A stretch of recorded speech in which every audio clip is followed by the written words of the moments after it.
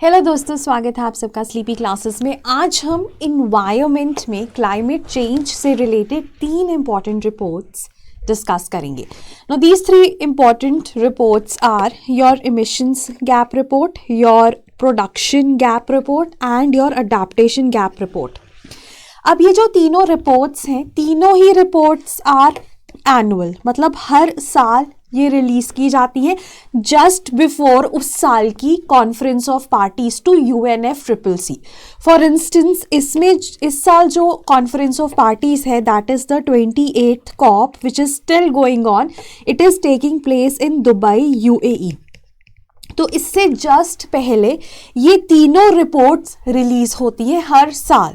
So that makes them an annual feature just before that year's conference of parties and all of these 3 reports are released by United Nations Environment Programme. तो ये 3 चीजें इन तीनों reports में common है कि ये तीनों reports annual है, तीनों जस्ट बिफोर उस साल की एनुअल कॉन्फ्रेंस ऑफ पार्टी से पहले रिलीज होती हैं और तीनों ही UNEP रिलीज करता है। इन रिपोर्ट्स को डिटेल में देखते हैं इस वीडियो में। ऑल्सो हमारा प्रीलिम्स का mock test is going to be conducted on 25th December। अब ये जो मॉक टेस्ट होगा on lines of UPSC prelims होगा as far as the pattern is concerned and the timings also। सुबह 9:30 से 11:30 GS1 एंड उसके बाद सब्सिक्वेंटली 2:30 से 4:30 CSAT। ऑल इंडिया रैंकिंग होगी and the best part about it is कि इसके बाद एनालिसिस की, आपको एनालिसिस में हेल्प करने के लिए हमने एक जूम सेशन विद फैकल्टी भी ऑर्गेनाइज किया है। सो अगर आप इसमें इनरोल करना चाहते हैं, लिंक आपको डिस्क्रिप्शन में मिल जाएगा। It is a completely free of cost mock test। Also हमारा संभव prelims crash course that is to make the journey of prelims not only easier but also possible for you to crack it। ठीक है, तो संभव करना है हमें, जो बहुत सारे बच्चों का at this point of time असंभव लग रहा होगा, that is cracking prelims 2024। So this is a live crash course. Classes अभी स्टार्ट हुई हैं of history. In case you want to enrol, the link is in the description. Now coming back to the 3 reports, like I said, all these 3 reports are released by UNEP annually just before that year's conference of parties। अब जो emissions gap report है, emissions gap report का जो 2023 का version है वो 14वां addition था, whereas production gap report थोड़ी recent है, 2019 से वो शुरू हुई है। खैर, एमिशंस गैप रिपोर्ट आपको बताती है कि कितना एमिशंस होनी चाहिए अगर आप पेरिस एग्रीमेंट के टारगेट्स को अचीव करना चाहते हो। अगर आप ग्लोबल वार्मिंग को 1.5 डिग्री सेल्सियस तक लिमिट करना चाहते हो by the end of this century, तो कितनी एमिशंस होनी चाहिए और कितनी अभी है। These are the present emissions and these are what ought to be in case you want to achieve Paris Agreement targets। Now the gap is huge and is widening every year। तो वो आपको बताता है कि कितनी emissions होनी चाहिए अगर आप पेरिस एग्रीमेंट को अचीव करना चाहते हो, उसके टारगेट को अचीव करना चाहते हो, और अभी कितनी है, कितना गैप है दोनों में, वो हमें बताती है emissions gap report besides the other findings in that direction। अब जैसे this is what the whole presentation of this report look like। एक तरह से समरी है ये। अब देखो, जो ये ग्रीन है, अगर हम पेरिस एग्रीमेंट के टारगेट, जो एम्बिशियस वाला टारगेट है कि हम 2100 तक 1.5 डिग्री सेल्सियस से टेम्परेचर राइज को नहीं बढ़ने देंगे, and this is the target 2 degree Celsius.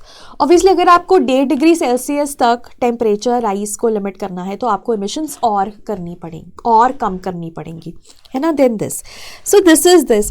Now this is the conditional NDC scenario. अगर conditional nationally determined contributions achieve होती हैं तो हम यहाँ पर हैं, अनकंडीशनल अगर अचीव होती हैं तो हम यहाँ पर हैं।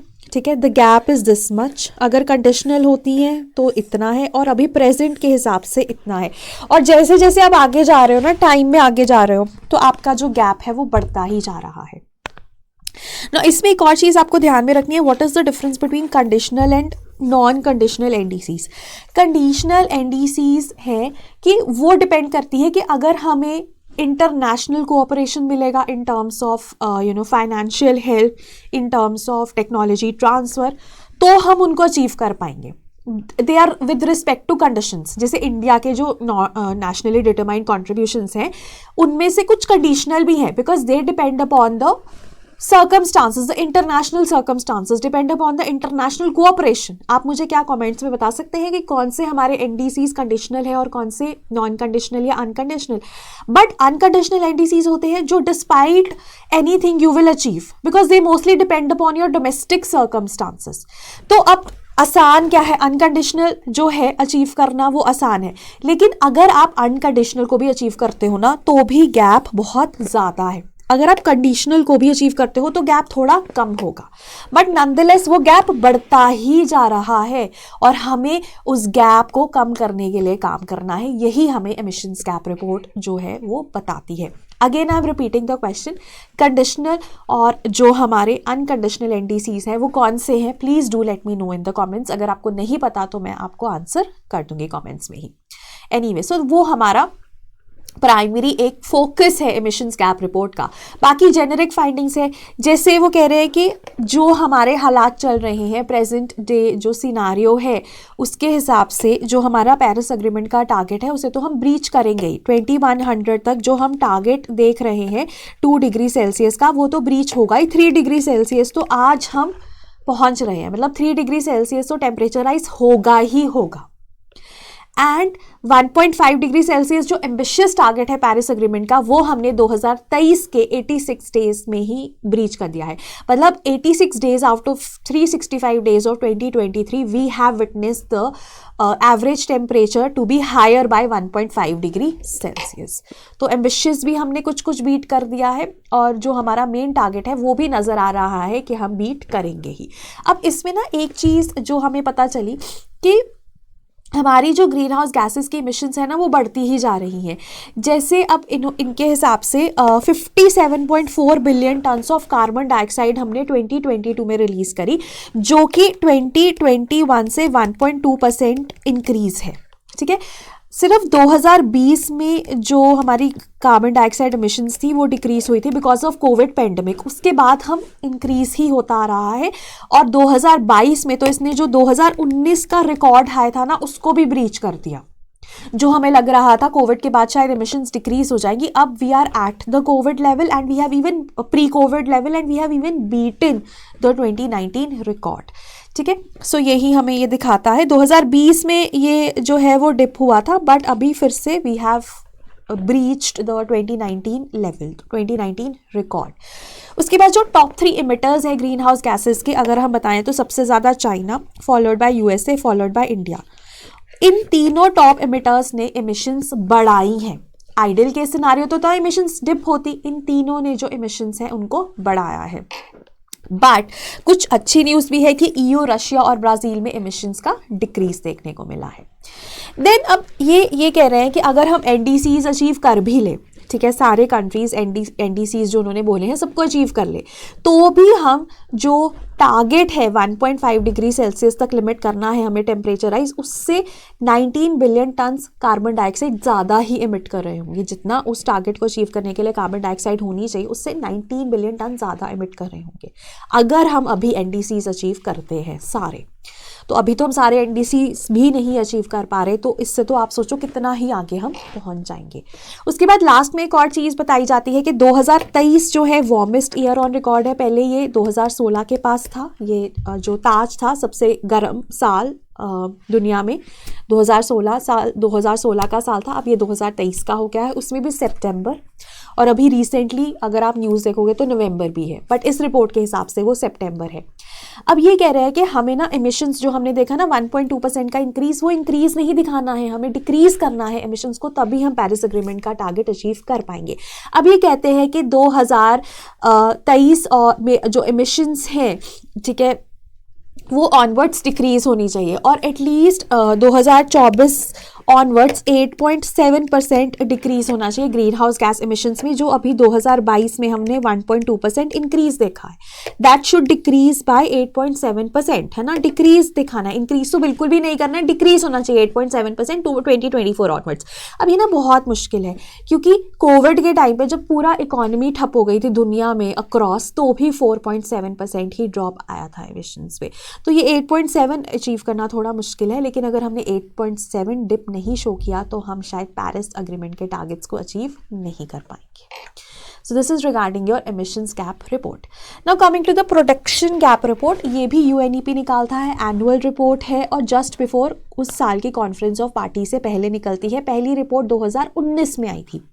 अब प्रोडक्शन गैप रिपोर्ट हमें दिखाती है कि फॉसिल फ्यूल्स की कितनी प्रोडक्शन होनी चाहिए अगर हमें पेरिस अग्रीमेंट के टारगेट को अचीव करना है और कितनी अभी है, उनमें क्या गैप है। That is what the premise behind this report is. कितनी होनी चाहिए प्रोडक्शन और कितनी है।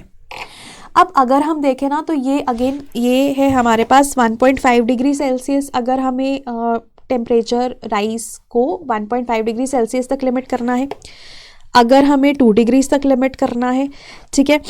और ये हमारी प्लेजेस हैं जो हमने अनाउंस करी हैं, अगर हम उनको भी फॉलो करते हैं तो भी गैप एग्जिस्ट करता है, खैर, but these are the stated policies, ठीक है, और these are your plans and projections, ठीक है। तो अगर आप इसमें भी देखोगे, जो गवर्नमेंट अभी प्रोडक्शन कर रही है और जितनी उसे करनी चाहिए थ्रू आउट द वर्ल्ड, उसमें बहुत ज़्यादा गैप है अगर आपको पेरिस एग्रीमेंट को अचीव करना है तो। अब इसमें ये सिंपल है कि they are planning to produce twice as much fossil fuel in 2030 than is compatible with the 1.5 degree warming limit, ठीक है। तो हम twice as much as fossil fuel को प्रोड्यूस कर रहे हैं। 1.5 डिग्रीज अगर हमें वार्मिंग लिमिट रखनी है तो जितना चाहिए उससे हम डबल प्रोड्यूस कर रहे हैं। और अगर हम 2 डिग्री सेल्सियस का ले लें तो प्रोडक्शन थोड़ी हम बढ़ा सकते हैं, तो भी हम 69% ज़्यादा है। और सबसे ज़्यादा जो प्रोडक्शन है वो कोल की हो रही है, सबसे ज़्यादा अप्रॉक्सीमेटली 460% ज़्यादा हम कोल को प्रोड्यूस कर रहे हैं, ठीक है। तो ये बहुत एक बड़ी चीज़ है। उसके बाद ये रिपोर्ट यही बताती है कि कंट्रीज ने ना नेट जीरो बोल दिया, नेट जीरो प्लेज कर लिया कि हम नेट जीरो एमिशंस करेंगे, लेकिन किसी ने भी कैसे अचीव करना है, कोल ऑयल और गैस की प्रोडक्शन को कम करना है, उसके ऊपर किसी ने कोई प्लेज या कोई कमिटमेंट नहीं दी। तो वो उस चीज़ को ये जो रिपोर्ट है ये हाईलाइट करती है। देन लास्ट है adaptation gap report, again UNEP निकालता है। अब ये जो रिपोर्ट है ना, ये हमें बताता है कि कितना अडेप्टेशन के लिए पैसा चाहिए, ठीक है, और कितना अभी अवेलेबल है। जो क्लाइमेट चेंज हो रहा है उससे अडेप्ट करने के लिए, उसके इम्पैक्ट्स को परफेक्टली अडेप्ट करने के लिए what is the kind of finance that we require and what is being offered, उनमें कितना गैप है। That is what the premise of this report is. Again UNEP इसको निकालता है, एनुअल रिपोर्ट है, जस्ट बिफोर कॉप ये निकाली जाती है। अब ये ना अडेप्टेशन फाइनेंस को 2 प्रेमाइसेस से देखती है। एक तो according to all the NDCs, जितने भी कंट्रीज है सब ने अपने नेशनली डिटरमाइंड कॉन्ट्रीब्यूशंस दिए according to Paris agreement, India ने भी दिए अपडेटेड NDCs इन 2022। उसके हिसाब से जो हमें अडेप्टेशन चाहिए, अडेप्टेशन फाइनेंस चाहिए, that is 387 billion every year, ठीक है। और उसके बाद UNEP एक मॉडलिंग एक्सरसाइज भी करी, उसके हिसाब से भी 215 billion every year adaptation finance चाहिए। और ये जो है 215 और 387 billion every year, this is for this decade. अगर हम नेक्स्ट डिकेड पे जाते हैं तो ये अडेप्टेशन फाइनेंस बहुत ज़्यादा बढ़ जाता है, बिकॉज क्लाइमेट चेंज और ज़्यादा खतरनाक होता जाएगा, उसके इम्पैक्ट और ज़्यादा डेडली होते जाएंगे, तो ये और ज़्यादा बढ़ जाता है। So this is the basic idea जो हमें ये रिपोर्ट देती है। उसके बाद लाइक आई सेड कि जो अडेप्टेशन फाइनेंस गैप है वो काफ़ी ज़्यादा है, क्योंकि जो हम इमेजिन करते हैं वो इतना है। मॉडलिंग एक्सरसाइज के हिसाब से चले तो 215 बिलियन, अगर NDCs के हिसाब से चले तो 387 बिलियन, और कितना आ रहा है दैट इज जस्ट 21.3 बिलियन। तो गैप बहुत ज़्यादा है, अडेप्टेशन फाइनेंस गैप बहुत ज़्यादा है, और ये आने वाले टाइम में ना ये 10 से 18 टाइम्स ग्रो करेगा, ठीक है। उसके बाद एक और चीज़ हमें पता चलती है कि विद टाइम ना this adaptation finance gap has also grown, क्योंकि जो चाहिए वो तो बढ़ ही रहा है, अडेप्टेशन फाइनेंस जो चाहिए वो तो बढ़ ही रहा है, जो आ रहा है ना वो कम हो रहा है, वो नहीं बढ़ रहा है, तो इसलिए ये गैप बढ़ता ही जा रहा है। ये भी चीज़ आपको ध्यान में रखनी है। उसके बाद it also tells you 7 ways to bridge this adaptation gap. पहला है इंटरनेशनल फाइनेंस फ्लोस बढ़ाओ, ठीक है। दूसरी चीज ये बोलते हैं कि अपने देश भी, जो देश है ना, उन्हें डोमेस्टिक मोबिलाइजेशन ऑफ रिसोर्सेज भी करनी चाहिए। They should not be dependent on international finance flows only, कि डेवलपिंग कंट्रीज ये बोले कि हम तो डेवलप्ड कंट्रीज से ही अडेप्टेशन फाइनेंस लेंगे, वो भी गलत है। उनको भी देना चाहिए, डेवलप्ड कंट्रीज को भी नहीं देना चाहिए, लेकिन डेवलपिंग कंट्रीज को अपना जो डोमेस्टिक मोबिलाइजेशन है उसे भी बढ़ाना है। And then it also talks about a global financial architecture, और उसके बाद शायद हम इस अडेप्टेशन गैप को कम कर पाए। सो this is the basic premise, the 7 ways how can we bridge the adaptation finance gap as envisaged in this report. So basically 3 reports है, तीनों UNEP निकालता है, तीनों का premise अलग अलग है, just before the COP it is released, and this was very important before we actually do in detail the 28th conference of parties का analysis.